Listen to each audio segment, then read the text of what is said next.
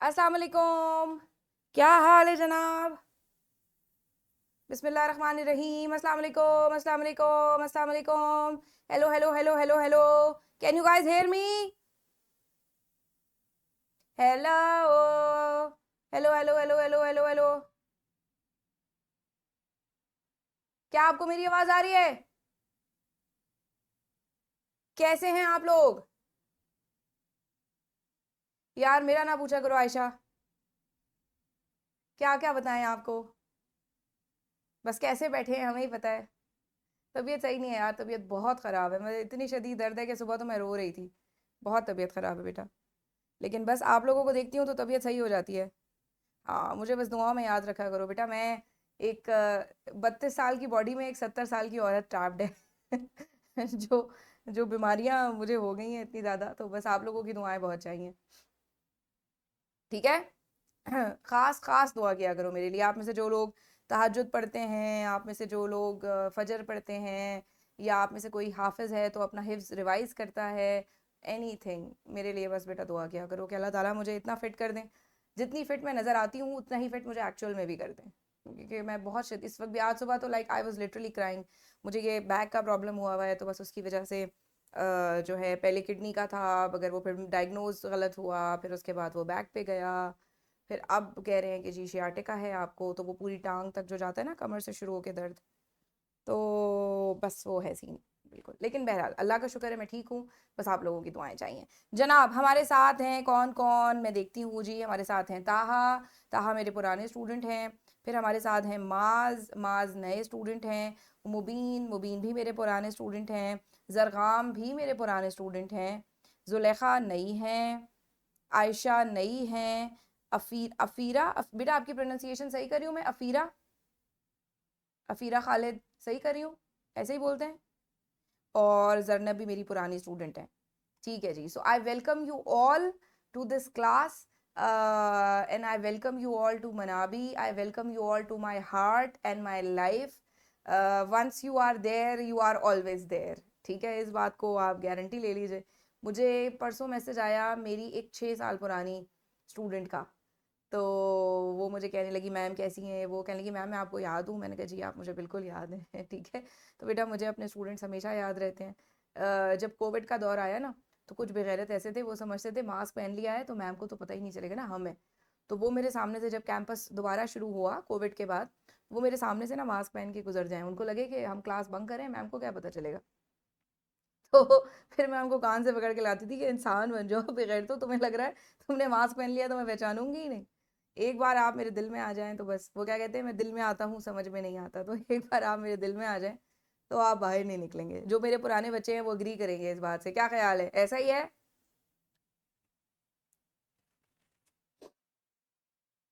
जनाब सो अफीरा, आप अपना नाम आइन से लिखती हैं, आइन से या अलिफ से लिखती हैं? जरनब गुड जॉब।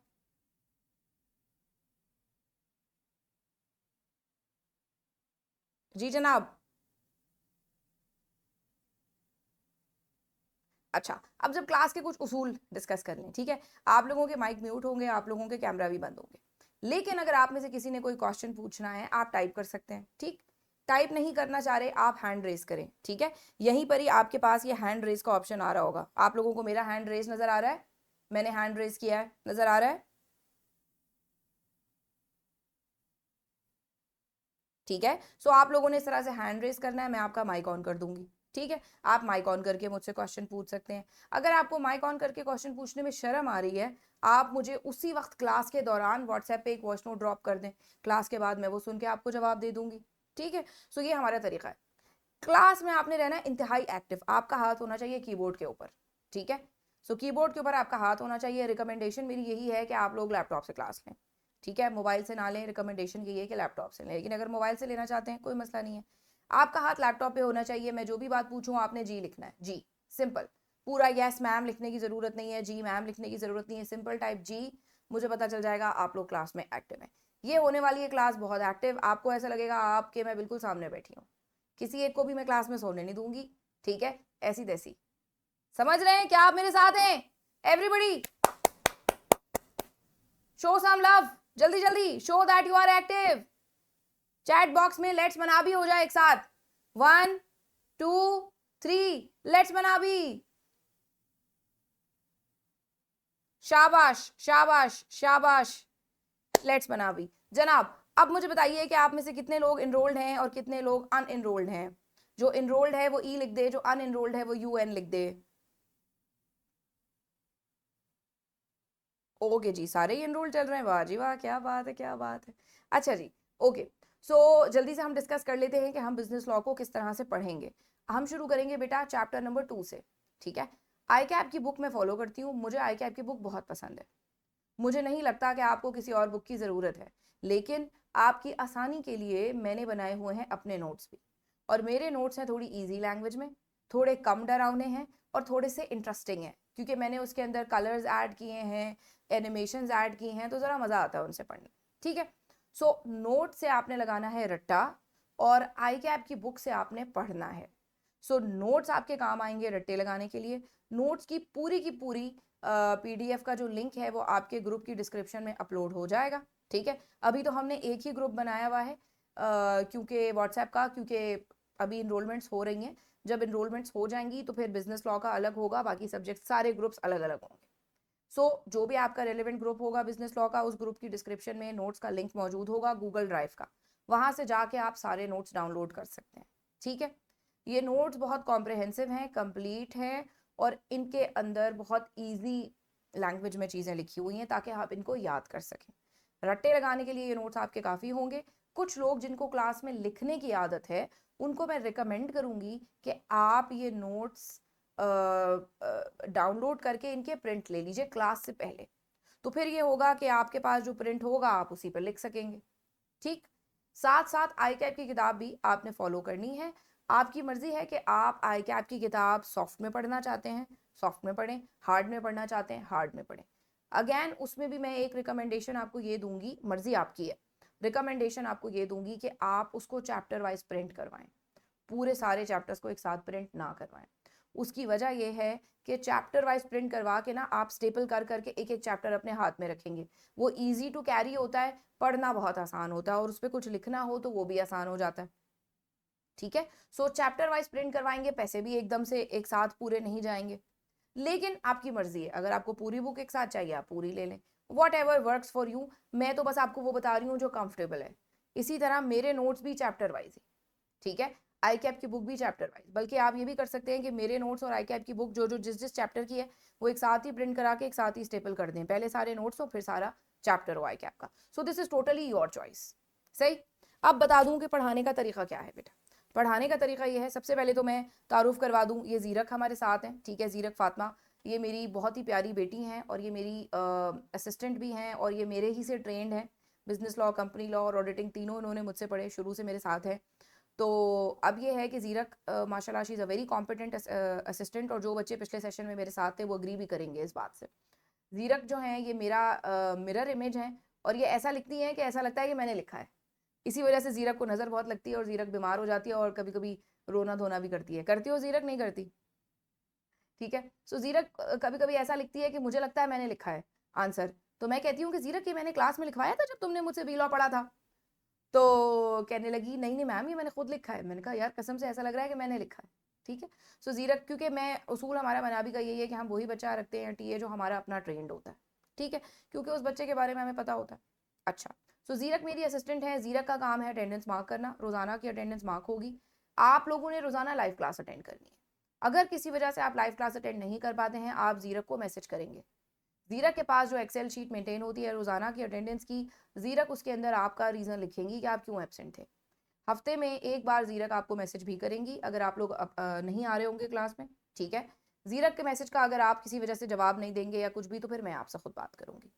देखो बेटा एक बात याद रखना, जिंदगी में अगर एक बार तुमने डिसाइड कर लिया कि तुम अपने आप से सिंसियर हो तो फिर दुनिया की कोई ताकत तुम्हें कामयाब होने से नहीं रोक सकती सिवाय इसके कि अल्लाह ना चाहे। और अल्लाह भी क्यों नहीं चाहेगा, जब अल्लाह तुम्हारी एफर्ट देखेगा, जब अल्लाह तुम्हारी मेहनत देखेगा तो क्यों नहीं चाहेगा अल्लाह।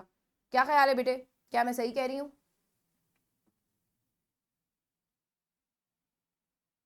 जनाब, क्या मैं सही कह रही हूँ? ठीक है बेटे। सो इस वजह से फुल एफर्ट करेंगे, डेली की क्लास डेली अटेंड करेंगे, रिकॉर्डिंग पे नहीं जाएंगे। रिकॉर्डिंग बोरिंग लगती है, रिकॉर्डिंग लेने का दिल नहीं चाहता। हाँ लाइट चली गई है, हाँ कोई किसी वजह से कोई क्लैश आ गया है, तबीयत खराब है, दैट इज समथिंग एल्स। ऐसी सूरत में फिर आप ये कर सकते हैं कि जी आप उस दिन की रिकॉर्डिंग ले लें। पूरी कोशिश होगी कि सेम डे पे शाम तक रात तक लेक्चर अपलोड हो जाए। वैसे एक्सक्यूज मी, वैसे ऑफिशियली जो हमारा टाइम है लेक्चर की अपलोडिंग का वो है अगले दिन तक, यानी 24 घंटे का टाइम है। ठीक है, ऑफिशियली यही टाइम है। कोशिश यही करते हैं कि हम एक दिन पहले अपलोड कर दें। लेट भी हो जाता है, लेट भी हो जाता है कभी कभी। कभी कभी ऐसा भी होता है तबीयत खराब हो गई है, आपको मेरी सेहत का पता ही है, तो फिर 2 दिन भी कभी लेक्चर अपलोड नहीं होता, मगर ऐसा कम होता है। कोशिश हम हमेशा यही करते हैं कि हम टाइम पर लेक्चर अपलोड करते हैं। लेकिन आप लोगों ने लाइव लेना है, उसकी वजह क्या है? पहली बात तो ये कि बेटा कसम ले लो तुम्हारा दिल नहीं चाहेगा रिकॉर्डिंग लेने का। दूसरी बात ये है रिकॉर्डिंग लेते हो 2x पे, उसकी काफ़ी सारी बातें फिर समझ ही नहीं आती। तीसरी बात यह है कि मैंने क्लास में अगर प्रैक्टिस करवाई है और तुम मुझे वो प्रैक्टिस लिख के नहीं दिखा रहे क्लास में ही, तो क्या फ़ायदा मेरी क्लास ज्वाइन करने का? अतिया सिद्दीकी की क्लास किसी ने ज्वाइन ही इसलिए की है क्योंकि आपको ड्राफ्टिंग सीखनी है। आपने मेरी क्लास कॉन्सेप्ट के लिए ज्वाइन ही नहीं की, वरना कॉन्सेप्ट तो कहीं से भी मिल जाते हैं। आपने मेरी क्लास इसलिए ज्वाइन की है, जो मेरा यूनिक सेलिंग पॉइंट है, जो मेरी नीश है, वो ये है कि मैं लिखवाती हूँ, लिखवा के वहीं चेक करती हूँ और वहीं बेइज्जत करती हूँ। ऐसा ही है। सब बच्चों ने मेरी क्लास इसीलिए ज्वाइन की है क्योंकि मैं लिखवाती हूँ, क्योंकि मेरे साथ लिखकर आपकी प्रैक्टिस हो जाएगी। सही है ना? इंशाल्लाह इंशाल्लाह इंशाल्लाह। तो इसीलिए आप लोग वहीं पर ही लिखेंगे और मुझे दिखाएंगे लिखकर। सही। सो होगा क्या, एक लेक्चर होगा, साथ में इसके नोट्स हैं। जब एक दफ़ा एक चैप्टर कंप्लीट हो जाएगा तो उस चैप्टर का मैं आपको किताब से पूरा रिव्यू करवाऊंगी कि बेटा ये पेज ये पेज ये पेज ये पेज मैंने नहीं पढ़ाया, ये पढ़ लेना, इसमें कुछ ऐसी खास बात नहीं है। सही।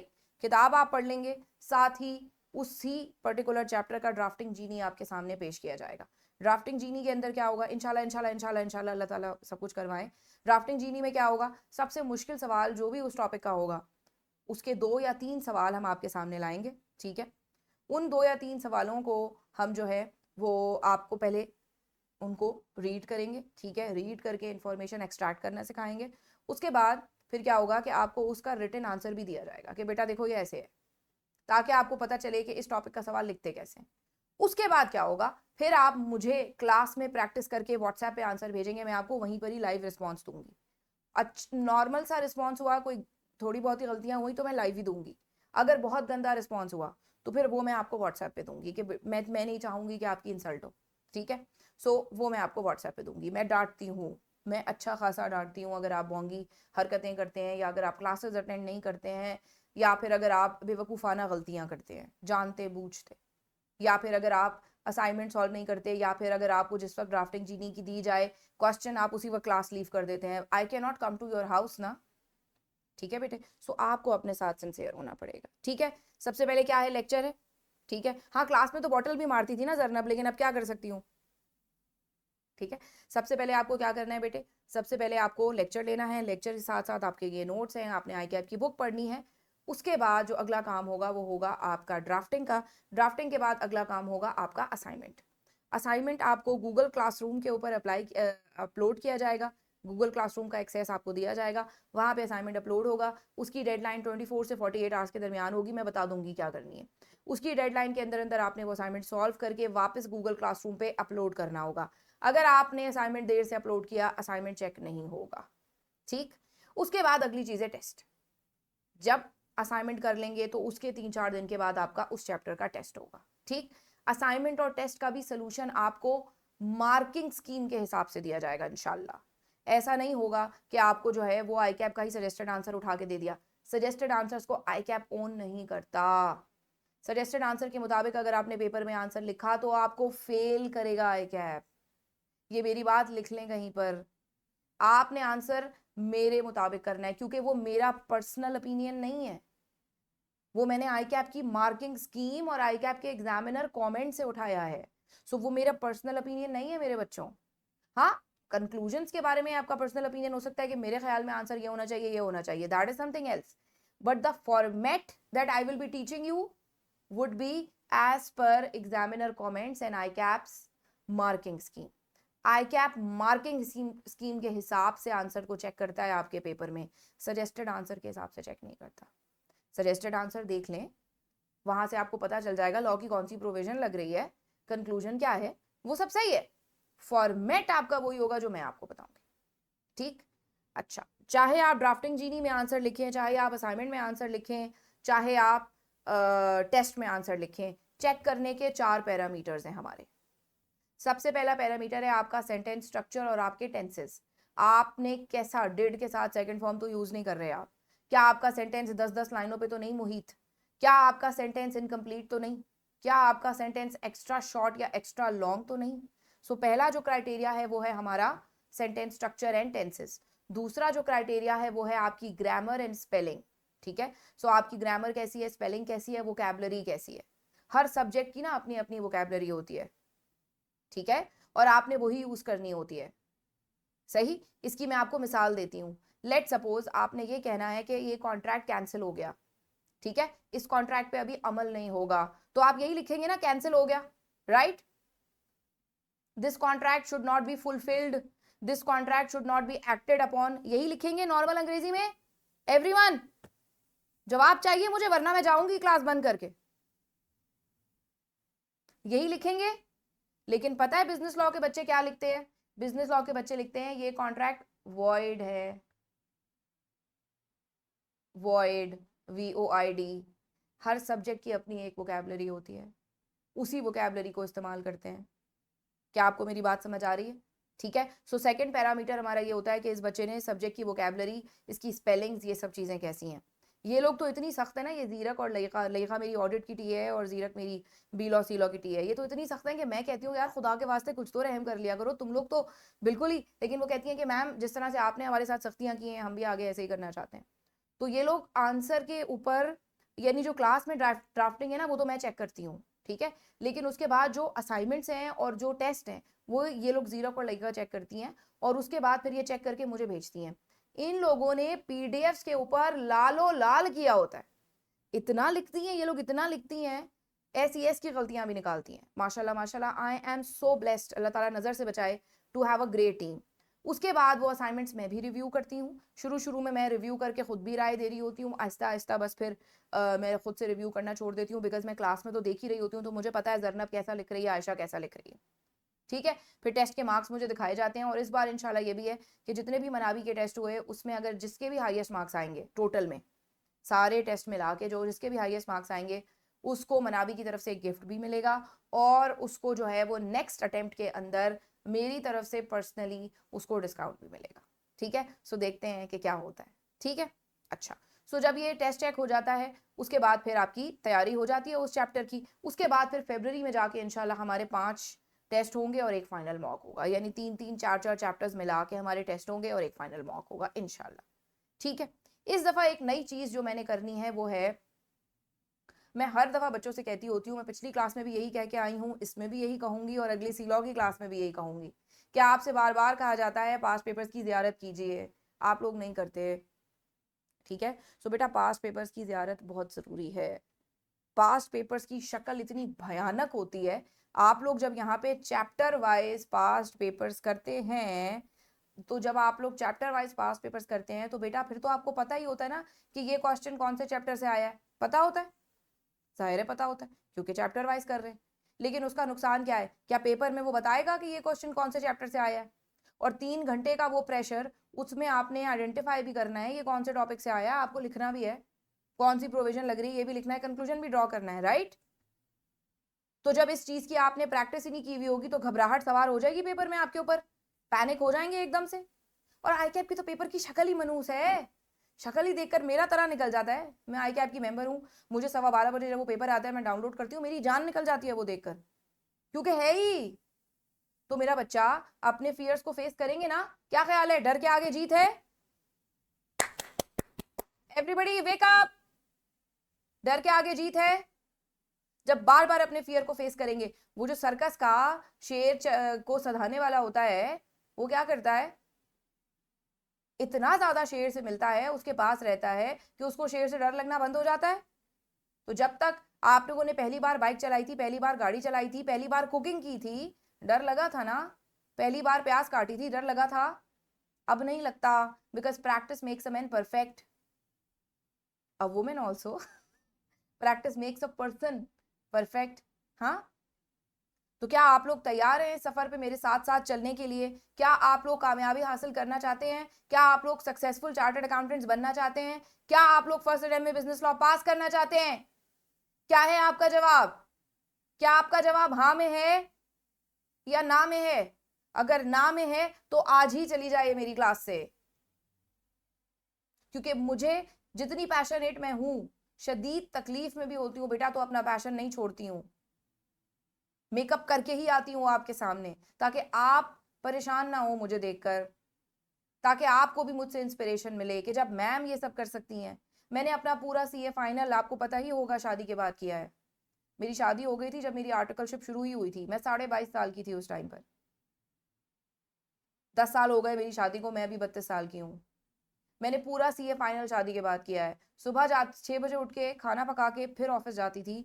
ऑफिस से शाम को 7 बजे तक वापस आती थी। घर वालों को उस टाइम खाना देती थी। कभी कभी ऑफिस से डायरेक्टली हम क्लासेस लेने चले जाया करते थे, शाम को होती थी, या फिर वीकेंड्स पे क्लासेस होती थी। एक पेपर मैंने अपनी बेटी की प्रेगनेंसी के साथ किया है। आई वॉज 5 मंथ्स प्रेग्नेंट जब मैंने ऑडिट का पेपर सीए फाइनल का पास किया था। उल्टियां करती हुई गई थी, उल्टियां करती हुई आई थी, 4 फ्लोर आई कैप के चढ़ी थी। ऐसे सांस हो रहा था मेरा, सब मुझे देख रहे थे, लेकिन किया था मैंने। बैठा नहीं जा रहा था मुझसे, लेकिन किया था और पास भी किया था।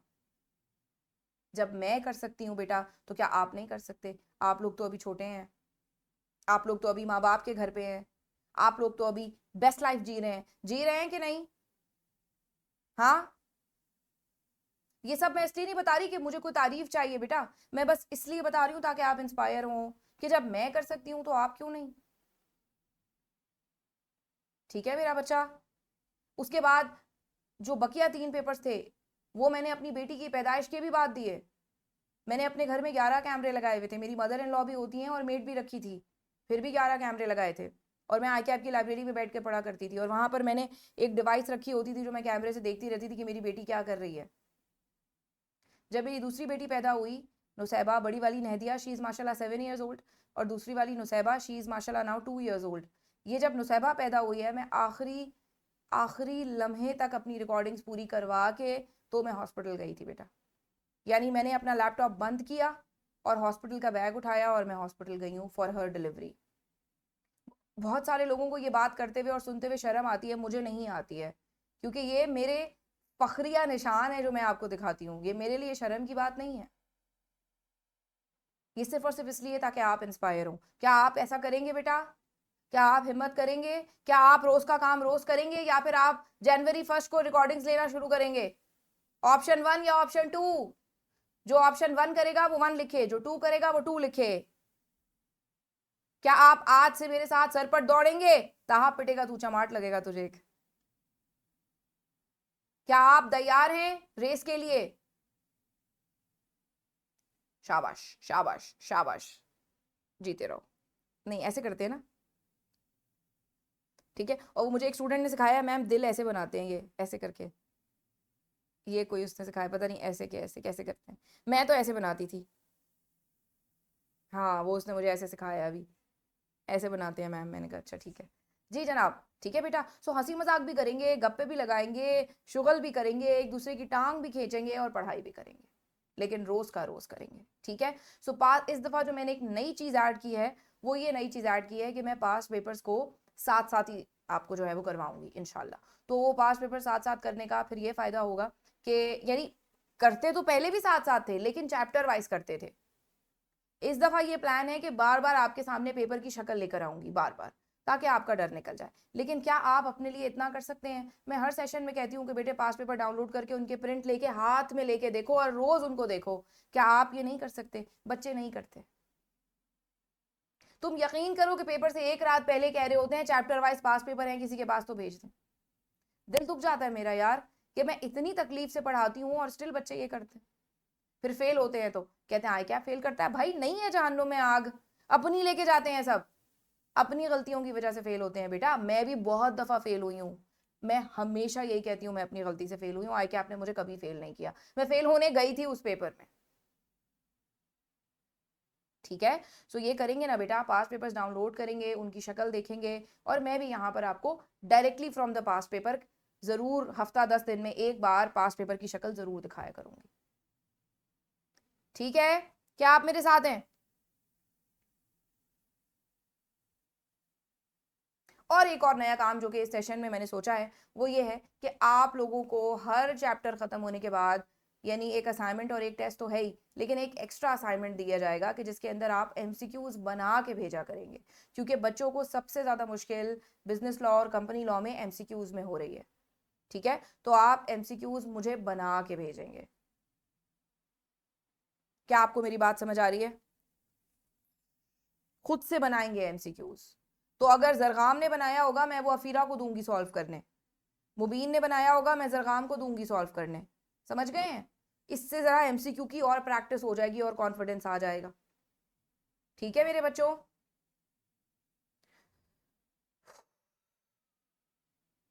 आई थिंक मैंने सब बता दिया है, क्वेश्चन कैसे पूछना है, रिकॉर्डिंग, सारी स्ट्रैटेजी। हाँ, I have told you everything. पढ़ाई शुरू करते हैं।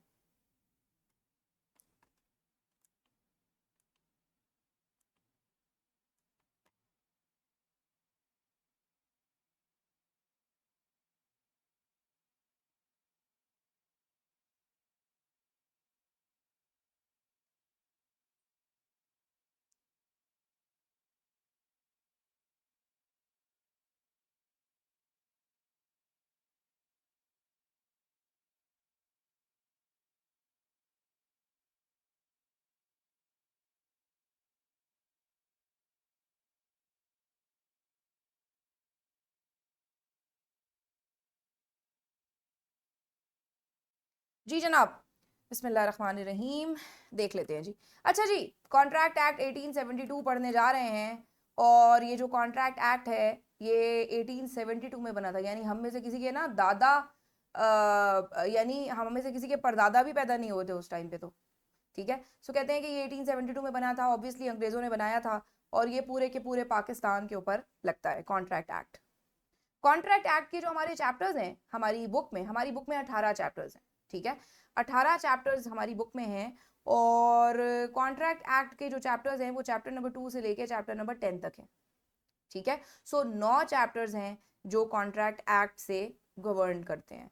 तो आप अंदाजा लगा सकते हैं कि ये बेसिकली आपके पेपर का कोई 60% बनता है तकरीबन। क्या ख्याल है? बहुत सवाल आते हैं कॉन्ट्रैक्ट से। ठीक है, सो कॉन्ट्रैक्ट एक्ट हमारा मेन है। उसके बाद जो हमारे चैप्टर हैं 11, 12 और 13, ये पार्टनरशिप एक्ट है, ये एक नया लॉ है। उसके बाद हमारे जो हैं वो 14, 15 चैप्टर्स, ये निगोशिएबल इंस्ट्रूमेंट्स एक्ट है, ये एक और लॉ है। उसके बाद चैप्टर 16, 17, 18 बहुत सारे छोटे छोटे छोटे छोटे लॉज उनमें मिलाए गए। ठीक है, और जो चैप्टर 1 है वो इस बारे में है कि पाकिस्तान में लॉ बनता कैसे। चैप्टर 1 में बाद में पढ़ाऊंगी, फिलहाल मैं चाहती हूँ कि हम कॉन्ट्रैक्ट एक्ट करें। क्या आप मेरे साथ हैं?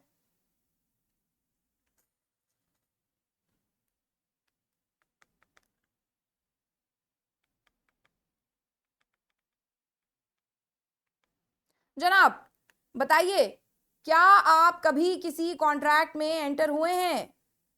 यस या नो? और मैं जब भी ये पूछती हूँ मेरे जहन में हमेशा वही आता है, मैं हर दफ़ा सेम जोक करती हूँ, फिर बच्चे कहेंगे मैम आप हर दफ़ा सेम जोक करती हैं, लेकिन मेरे जहन में हमेशा वही आता है, क्या कभी तुमने किसी को दिल दिया? क्या कभी तुमने किसी से प्यार किया? मैंने नहीं किया, सीए के अलावा किसी से नहीं किया। जनाब तलहा देखो कह रहे हैं हाँ हाँ मैम मैंने प्यार किया है। तला किया है यार? चलो अच्छा है, पर्सनल में बता देना मुझे ये।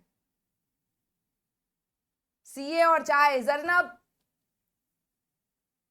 Same, same here caffeine and CA, यही दो नशे किए हैं जिंदगी में अतिया सिद्दीकी ने। हाँ, नहीं करना चाहिए। अस बोले अस। चलो यार अस मोमेंट हो गया। ठीक है, अच्छा जी। सो मजाक के अलावा सारे लोगों से सवाल है, मजाक खत्म। ठीक है, क्या आप में से किसी ने कभी कोई कॉन्ट्रैक्ट किया है खुद से, पर्सनली? इट्स ओके बेटा जी। क्या आप में से कभी किसी ने पर्सनली कोई कॉन्ट्रैक्ट किया है? ये सारे वही जवाब दे रहे हैं ना जिनको पता है पहले से। नए बच्चे बताइए, अफीरा जो पहली बार लॉ पढ़ रहे हैं, जुलेखा, तलहा, आयशा जी, क्या आप में से कभी किसी ने कोई कॉन्ट्रैक्ट किया है? नए बच्चों जल्दी। तो तला तेरा लॉ पास है तो तू क्यों आया है क्लास में? जनाब,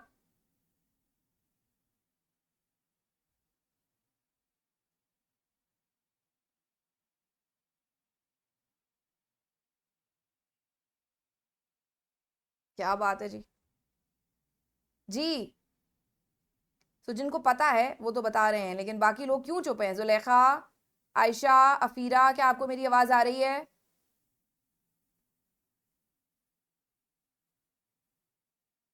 ओके, ओके, ठीक है। सो बेटा इसका जवाब है कि बिल्कुल यस, आपने कॉन्ट्रैक्ट किया है। ठीक है, तुझे पता नहीं है मगर तू है, आपको पता नहीं है लेकिन आपने कॉन्ट्रैक्ट किया है। कैसे कॉन्ट्रैक्ट किया है आपने? आपने ऐसे कॉन्ट्रैक्ट किया है कि आपने टाइप 1 वाले कॉन्ट्रैक्ट्स तो नहीं किए होंगे। और टाइप 1 वाले कॉन्ट्रैक्ट्स क्या होते हैं? ज़मीन खरीदना, बिल्डिंग खरीदना, ये होते हैं टाइप 1 वाले कॉन्ट्रैक्ट्स। क्या आप में से कभी किसी ने खुद से पर्सनली ज़मीन खरीदी है? नहीं खरीदी होगी। क्या आप में से किसी ने कभी खुद से पर्सनली बिल्डिंग खरीदी है? नहीं खरीदी होगी, सिवाय कुछ एक्सेप्शंस के। लेकिन ये वाले कॉन्ट्रैक्ट्स तो आपने हमेशा किए हैं बेटा। क्या आप में से कभी कोई आटा खरीद के लाया है? क्या आप में से कभी कोई क्रिकेट बैट खरीद के लाया है? क्या आप में से कभी कोई दवाई खरीद के लाया है? क्या आप में से कभी कोई दही खरीद के लाया है? ये वही दही है जिस पर अम्मी कहती हैं लाओ मेरी चादर मैं ले आती हूँ। क्या आप में से कोई मनाबी या आई कैप में एनरोल हुआ है? ये सारे काम आपने किए हैं। आपको लगता नहीं है कि ये कॉन्ट्रैक्ट्स हैं, लेकिन ये सब कॉन्ट्रैक्ट्स हैं। इसका मतलब है कि क्या जब आटा लेने जाएं तो साथ में एक कागज पे कॉन्ट्रैक्ट बना के जाएं और अंकल से साइन कराएं, करियाने वाले अंकल से? नहीं। कैसे होता है बेटा आटा? कैसे खरीदा जाता है? दही कैसे खरीदा जाता है? पैसे दे दिए, दही ले लिया, घर आ गए, राइट? क्या कोई लिखत पढ़त होती है? क्या वकील साथ में लेके जाते हैं? क्या किसी स्टैम्प पेपर पे, किसी कागज पे साइन करवाया जाता है? जनाब, क्या ऐसा होता है? ऐसा नहीं होता। तो फिर कॉन्ट्रैक्ट ऐसे कैसे हो गया यार? हमारी नजर में तो कॉन्ट्रैक्ट वही था जो हम ड्रामों में और फिल्मों में देखते थे। कॉन्ट्रैक्ट साइन कर लीजिए, एक वकील आता था काला कोट पहन के, वो साथ में एफिडेविट स्टैम्प पेपर के ऊपर रखा करता था और उस पर साइन होता था, साइन करो और मेरी बेटी की जिंदगी से हमेशा के लिए निकल जाओ। क्या ख्याल है? उन्होंने मुझसे ये कॉन्ट्रैक्ट साइन करा लिया, मुझे पता नहीं था, पेपर साइन करा लिए। बहुत दफा हमने फिल्मों में देखा है, ड्रामों में देखा है, एवरीवन। तो हमारी नजर में तो कॉन्ट्रैक्ट वही था कि जो वकील कराते हैं, जो कागजों पे होता है, जिसके अंदर लोगों के साइन होते हैं। लेकिन आज आपको अपना ये कॉन्सेप्ट बदलना पड़ेगा। कॉन्ट्रैक्ट ओरली भी होता है बेटा। सिंपली आटा खरीदने गए, अंकल को कहा आटा दे दें, अंकल ने कहा ओके, कॉन्ट्रैक्ट हो गया। अंकल ने आटा दिया, आपने पैसे दिए, कॉन्ट्रैक्ट पे अमल भी हो गया, कॉन्ट्रैक्ट डिस्चार्ज भी हो गया। So it can be as simple as that. आज हमें ये कॉन्सेप्ट बदलना पड़ेगा कि कॉन्ट्रैक्ट सिर्फ कागजों पे नहीं होता, कॉन्ट्रैक्ट ओरली भी होता है। अब आप कहेंगे मैम अगर ओरली कॉन्ट्रैक्ट है तो इसको कोर्ट में कैसे साबित करेंगे? आप पूछेंगे इस बात को, डेफिनेटली पूछेंगे। मैं आपको पढ़ा रही हूँ बेटा लॉ, ठीक है? मैं आपको पढ़ा रही हूँ कि लॉ में क्या लिखा हुआ है। मैं आपको वकील के पर्सपेक्टिव से ये बात नहीं कर रही। ये वकीलों के काम है कि वो कैसे गवाह लेकर आए, वो कैसे अपने आर्ग्यूमेंट्स प्रेजेंट करें कि वो ये साबित कर सकें कि जी कॉन्ट्रैक्ट हुआ था। हमने इस पर्टिकुलर बिजनेस लॉ के सब्जेक्ट में लॉ को बस उतना पढ़ना है जितनी के हमारे जिंदगी में और हमारे बिजनेस में इसकी एप्लीकेशन है। ठीक है, कि बस हमें ये पता चले कि कोई हमें बेवकूफ ना बना पाए, हमने किस स्टेज के ऊपर जाके वकील हायर करना है, इतना बिजनेस लॉ बस हमने पढ़ना है। अब आगे वकील का काम है कि वो कैसे साबित करेगा कि मेरा कॉन्ट्रैक्ट ओरली हुआ था। क्या आपको मेरी बात समझ आ रही है जनाब? जी। सो अब बताइए क्या कॉन्ट्रैक्ट लॉयर और स्टैम्प पेपर के बगैर हो सकते हैं? बिल्कुल हो सकते हैं। ठीक, आगे बढ़ते हैं। कॉन्ट्रैक्ट की कुछ टाइप्स हैं। एक तो मैंने अभी अभी बताई, कौन सी? दो बताई हैं अभी अभी, बताओ जल्दी, दो कौन सी टाइप्स बताई हैं? एक ओरल और एक एक ओरल और एक रिटन, 2 टाइप्स बताई, बिल्कुल सही। ये ओरल आ गई आपके सामने, ये रिटन आ गई आपके सामने, सही। कॉन्ट्रैक्ट की एक तीसरी टाइप भी है जिसको कहते हैं बाय कंडक्ट। ये बाय कंडक्ट कॉन्ट्रैक्ट क्या होता है जी? बाय कंडक्ट, कंडक्ट का लफ्ज आ रहा है इधर। कंडक्ट का मतलब क्या है? आपका रवैया, आपका बिहेवियर, आपका अमल। यानी आपने मुंह से कुछ नहीं कहा, लेकिन आपने अपनी बॉडी लैंग्वेज से ये जाहिर किया कि आप कॉन्ट्रैक्ट में एंटर होना चाह रहे हैं। समझ रहे हैं आपको लॉ कितना बारीक है इस मामले में, कि वो कहता है लिख कर कहो, लिख कर करो तब भी कॉन्ट्रैक्ट, ओरली करो तब भी कॉन्ट्रैक्ट, अपनी बॉडी लैंग्वेज से, अपने अमल से, अपने कंडक्ट से इजहार करो तो भी कॉन्ट्रैक्ट हो जाता है। किसी के पास इसकी एग्जाम्पल है? नए बच्चों से कह रही हूं जिन्होंने लॉ पहले नहीं पढ़ा।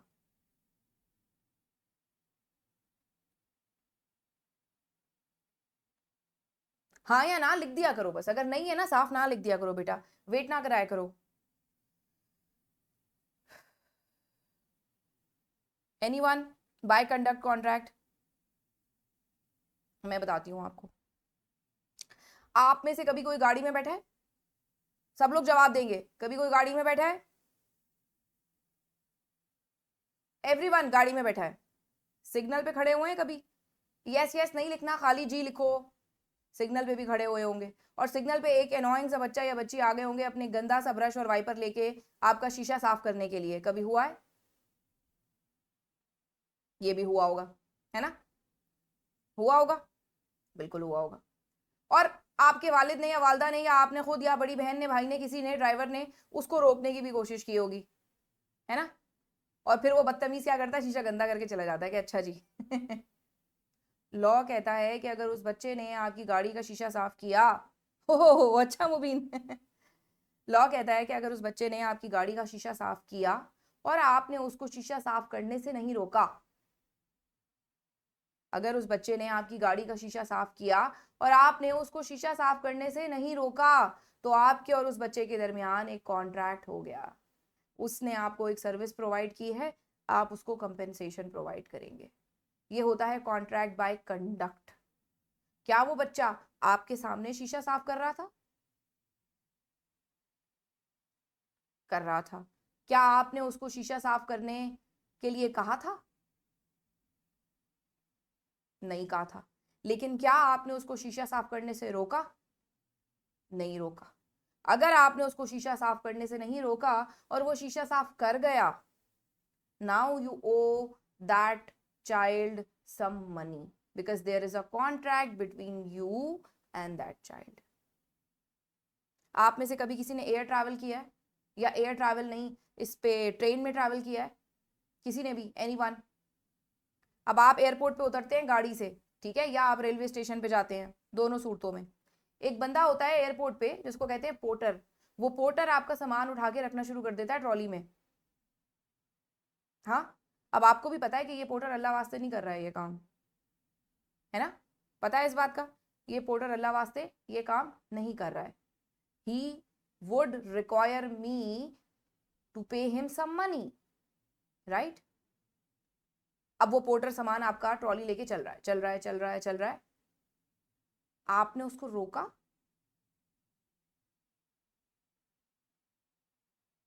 नहीं। लेकिन क्या आपने उसको कहा था सामान रखने को? ये भी नहीं। लेकिन क्या आपने उसको रोका? क्या आप उसके साथ साथ चलना शुरू हो गए उसके पीछे पीछे? यस। उसका सामान रखना एक ऑफर है और आपका उसके पीछे पीछे चलना एक्सेप्टेंस है, और आप दोनों के दरमियान कॉन्ट्रैक्ट हो गया। नाउ यू हैव टू पे समथिंग टू दैट पोर्टर। जैसे रेलवे स्टेशन पे अगर आपने कभी देखा हो, वो लाल रंग के कपड़े पहना हुआ बंदा होता है, उसके लाल रंग के कपड़े इसलिए होते हैं ताकि वो दूर से स्पॉट किया जा सके कि एक कुली है। वो अपने कंधों पे सामान उठाता है, उठा के ट्रेन पे रख देता है। हाँ जी। अब या तो हो सकता है कि वो यानी रेलवे स्टेशन के ऊपर कुली हो सकता है आपने उसको बुलाया हो और हो सकता है वो खुद ही आ गया और अपने कंधों पे सामान रख लिया उसने। मूवीज में आपने कभी देखा होगा, अगर आपने रियल में नहीं देखा है कुली। समझ रहे हैं मेरी बात? तो ये कुली कौन होता है? इस कुली का यही काम होता है कि वो सामान उठा के ट्रेन में रखे। अब अगर ये कुली अपने कंधों पे सामान उठा के चलना शुरू हो गया और आप इसके पीछे चलना शुरू हो गए और आपने इसको नहीं रोका, यू हैव अ कॉन्ट्रैक्ट। क्या आपको मेरी बात समझ आ रही है? अच्छा, एक बात बताइए, करियाने की दुकान पे आप लोग अगर कभी गए हो, लड़के तो अभी भी जाते होंगे, लड़कियां बचपन में तो गई होंगी अब्बू के साथ अम्मी के साथ, और बहुत सी लड़कियां अभी भी जाती होंगी। करियाने की दुकान पे छोटी सी दुकान होती है, आप अंकल से कहते हैं कि अंकल मुझे आटा दे दें, अंडे दे दें, ब्रेड दे दें, क्योंकि काउंटर के पीछे चीजें होती है ना, छोटी सी दुकान होती है, you can not go inside, right? Hmm, है ना? अच्छा, अब अगर आप किसी बड़े ग्रोसरी स्टोर पे जाएं, या आप जाएं, ये जो आपकी खाड़ी बुनेंजा, ये जो बड़ी बड़ी ब्रांड्स हैं, क्या यहाँ पे भी आप अंकल से कहते हैं कि मुझे सामान दे दें? नहीं। यहाँ पे क्या होता है, शेल्फ्स में सामान रखा हुआ होता है, आप सामान उठाते जाते हैं, ट्रॉली में रखते जाते हैं, रखते जाते हैं, ऐसे ही होता है। हम्म, और उसके बाद आप काउंटर पे जाते हैं, सामान अपनी ट्रॉली से उठा उठा के काउंटर पे रखते हैं, ऐसा ही होता है। और फिर उसके बाद उनके पास एक बार कोड स्कैनर होता है, वो स्कैन करते हैं, टिक, और फिर वो टिक कर करके बिल बनता जाता है, ऐसे ही होता है। क्या आप कभी उनको जाके कहते हैं भाई मैंने ये खरीदना है? वो कहेगा पागल, तूने खरीदना ना होता तो ट्रॉली में क्यों रखता तू? क्या आपको मेरी बात समझ आ रही है? क्या आपको मुंह से कुछ कहने की जरूरत है कि भाई भाई ये मुझे बेच दोगे क्या? वो कहता है मैं क्या यहाँ मजाक के लिए खड़ा हुआ हूँ? जाहिर है बेचने के लिए खड़ा हूँ। You getting my point? Did you say anything to that person? No. Did you just show it by your body language that you want to buy? Did you? yes, you just showed it by your body language. You just started putting the saman on the ramp. क्या कहते हैं उसको? Conveyor belt. उस पर आप सामान रखना शुरू कर देते हैं, काउंटर, और काउंटर के आगे कन्वेयर बेल्ट होती है, और वो उस पर चलना शुरू हो जाता है, सामान उनके पास जाता है, टिक टिक टिक, पीछे एक बंदा खड़ा हुआ होता है बैग वाला, वो बैग में डालता रहता है। हाँ, और अब तो ये बेगैरत 100 रुपए बैग के चार्ज कर लेते हैं, बड़ा गुस्सा आता है मुझे। मतलब मैंने उससे कहा, मैंने कहा यार मैं तुझसे 30,000 का सामान खरीद रही हूँ, तो 100 रुपए मुझसे बैग के ले रहा है, कोई बात है ये? You getting my point? ठीक है, ओके। सो अब क्या हुआ, मैंने जब कन्वेयर बेल्ट उस पे काउंटर पे सामान रखना शुरू किया, मेरी तरफ से एक ऑफर हुई चुपचाप, उसने टिक टिक टिक टिक टिक बार कोड स्कैनिंग शुरू की, उसकी तरफ से एक्सेप्टेंस हुई चुपचाप, आपने उसको कार्ड पकड़ाया, उसने आपको रसीद पकड़ाई, सामान दिया, लेकर आप आ गए, कॉन्ट्रैक्ट फॉर्म भी हो गया, एग्जीक्यूट भी हो गया, उस पर अमल भी हो गया, और मुंह से किसी को एक लफ्ज ना बोलना पड़ा। खाड़ी बोनेंजा पे गए, वहां पे कपड़े रखे हुए होते हैं, आपने कपड़े का जो भी छोटा बैग होता है उठाया, काउंटर पे गए, कार्ड दिया, बार कोड स्कैन हुआ, घर आ गए। ये है कॉन्ट्रैक्ट बाय कंडक्ट। क्या आपको मेरी बात समझ आ रही है मेरे बच्चों? So contract does not always have to be written, it can be oral and it can be even by conduct. So आज एक नया कॉन्सेप्ट हमने पढ़ लिया कि कॉन्ट्रैक्ट्स आपके ओरल भी होते हैं, कॉन्ट्रैक्ट्स आपके बाय कंडक्ट भी होते हैं। ये एग्जाम्पल्स यहाँ पर कुछ लिखी हुई हैं, आपके नोट्स में मौजूद हैं, इनको पढ़िएगा ताकि आपको ये समझ आए। कल इंशाल्लाह मुलाकात होती है, क्लास हमारी आहिस्ता आहिस्ता पूरे घंटे की होना शुरू हो जाएगी, आज मैं 5 मिनट पहले छोड़ रही हूँ, आहिस्ता आहिस्ता और लंबी होगी, और इंशाल्लाह फिर मजा आएगा। जनाब, मजा आया क्लास में? सबको मजा आया? जो नए बच्चे मुझसे पहली बार पढ़ रहे हैं, क्या आपको मैंने जो वादा किया था कि आपको नहीं लगेगा कि आप ऑनलाइन पढ़ रहे हैं, क्या मैं उस वादे पे पूरी उतरी? क्या आपको लगा कि बिल्कुल मैं आपके साथ ही बैठी हूँ? जो आपसे हमने कहा था कि मनाबी में जो ऑनलाइन लाइव क्लास होती है वो बिल्कुल कैंपस की क्लास की तरह ही होती है, क्योंकि मैं ये इमेजिन करती हूँ कि मेरे सामने ये कैमरा नहीं है, ये मुबीन है, मैं इमेजिन करती हूँ कि मेरे सामने आयशा है और आयशा मुस्कुरा रही है अपने नाम पे, मैं इमेजिन करती हूँ कि मेरे सामने अफीरा है, जरनब है, ताहा है, मेरे सामने जरगाम है, जुलेखा है। ठीक है बेटे? तो आपको बिल्कुल फील नहीं होगा, बल्कि आपके घर वाले भी बोलेंगे कि ये कौन औरत है इतना बोलती है। इसीलिए कहती हूँ हैंड्स फ्री लगा के मेरी क्लास लिया करो, ऐ वही अम्मा अब्बा परेशान हो जाएंगे, मैम जोक सुनाती रहती हैं, क्योंकि ये जोक्स ही हैं बेटा जो आपको याद कराएंगे। अदरवाइज ये इतने मुश्किल सब्जेक्ट्स हैं, इतने थियोरेटिकल सब्जेक्ट्स हैं, इनमें मज़ा नहीं आता अगर मैं आके बस यूँ मुंह बना के कहूँ कि जी contract act, there are the 3 types of contract act, first is oral, second is written, third is by conduct. बच्चे कहेंगे मैम अल्लाह हाफिज। ठीक है, सो बेटे ये तो करना होगा, कुछ ना कुछ तो करना पैसी, कुछ ना कुछ तो करसा। ठीक है, बस पंजाबी इतनी आती है अपन को, इससे आगे की नहीं आती, हम कराची वाले हैं। और इस बात पे लाइट चली गई, क्या कर सकते हैं। एग्जैक्टली बेटे। चलो मुबीन अच्छा करते हो, हैंड्स फ्री ले लेते हो बेटा। आए है ना आयशा, सही गैस किया ना मैंने, देख फिर बेटा मुझे टेलीपैथी आती है। अभी तू मुझे सिर्फ आयशा टाइपिंग लिखा हुआ आ रहा होगा, मैं बता दूंगी आयशा के दिल में क्या है। मैंने अभी मौकिल वॉकिल छोड़े हुए इधर उधर। ठीक है, ओके मेरे बच्चों, ये हार्ट। ठीक है, take care of yourself. कल मुलाकात होती है इंशाल्लाह आपसे सेम टाइम पे, यही क्लास का हमारा स्केड्यूल चलेगा। टाटा।